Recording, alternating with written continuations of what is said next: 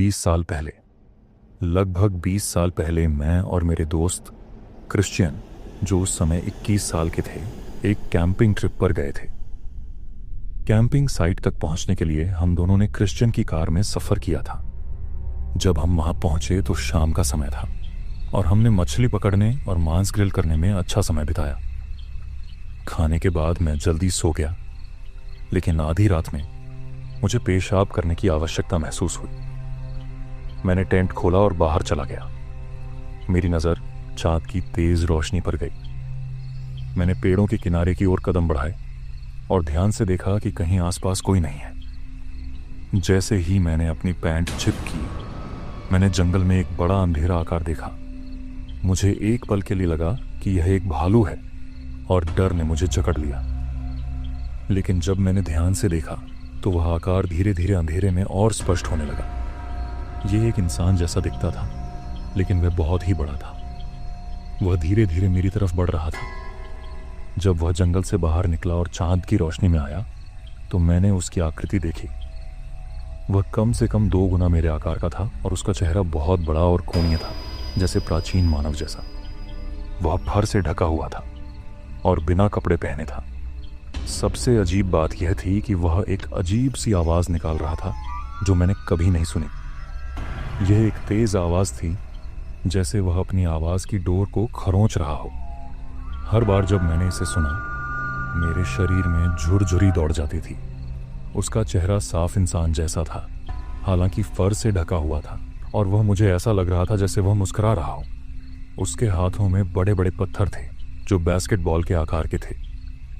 वह हर एक पत्थर को एक हाथ से पकड़े हुए था, जैसे उन्हें पकड़ने में उसे कोई मेहनत ना हो। वह धीरे धीरे मेरी ओर बढ़ रहा था। मैंने उससे पूछा कि वह कौन है और क्या चाहिए, लेकिन वह मुझे समझ नहीं रहा था। वह कुछ बड़बड़ाते हुए कुछ बोल रहा था, लेकिन वह किसी भाषा जैसी नहीं लगती थी। मुझे एक अजीब सी निराशा और डर महसूस होने लगा, और जैसे ही मैंने उसकी आंखों में देखा, मेरा शरीर एकदम जड़ हो गया। इससे पहले कि मैं कुछ सोच पाता, मेरा शरीर पूरी तरह से डर से लकवाग्रस्त हो गया। मुझे यह एहसास हुआ कि अगर मैं भागने की कोशिश करूंगा तो वह मुझे कुछ ही सेकंड में पकड़ लेगा, और अगर मैं भागता हूं तो शायद वह और गुस्सा हो जाए। मुझे अब कोई रास्ता नहीं दिखाई दे रहा था। वह अंततः मेरे पास पहुंचा और मेरे हाथ से मेरी त्वचा को महसूस किया। फिर उसने अपने हाथ की पीठ से मेरे पेट पर जोर से दबाव डाला। ऐसा लगा जैसे वह यह जानने की कोशिश कर रहा हो कि मेरे पेट में क्या है। मैंने अपनी पूरी ताकत से उसका हाथ हटा दिया, लेकिन वह एक मूर्तिवत स्टैचू की तरह खड़ा था। इस बीच क्रिश्चियन टेंट में आराम से सो रहा था। मुझे उस क्षण में यह महसूस हुआ कि अगर उस प्राणी ने मुझे खा भी लिया तो मुझे इस बात की खुशी थी कि क्रिश्चियन बच जाएगा। मुझे लगता है कि उस समय मेरी समझ में आ गया था कि वह प्राणी मुझसे कहीं ज़्यादा ताकतवर था, जैसे किसी भालू या शेर के सामने खड़ा होना।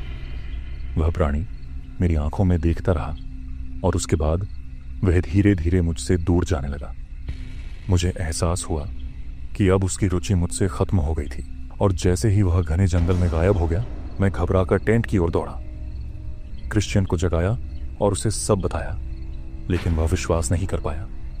लेकिन जब उसने मुझसे वो बदबू सुनी और मुझे पसीने से तर देखा तो वह समझ गया कि सच में कुछ अजीब हुआ है।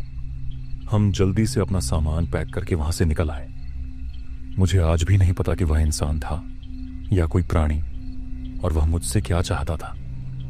क्या वह मुझे खाना चाहता था? कई सवाल आज भी अनुत्तरित हैं, और उस दिन के बाद से मैंने कभी कैंपिंग पर जाने का विचार नहीं किया।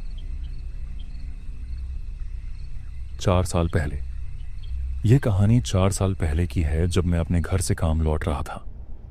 मैं एक अपार्टमेंट में रहता था जो मेरे काम से लगभग 30 से 40 मिनट दूर था।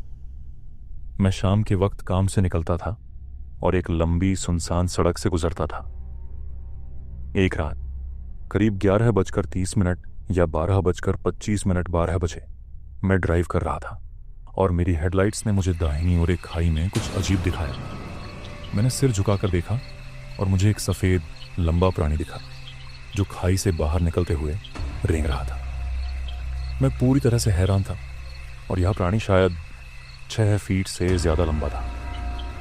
मुझे याद है कि उसके पास 4 नहीं बल्कि 6 अंग थे। कभी कभी मुझे लगता है कि उसने 4 अंग थे। मैं बहुत डर गया और सोचने लगा कि शायद यह मेरे सिर का फितूर था, लेकिन मैंने खुद से कहा कि मैं कुछ नहीं देख रहा था।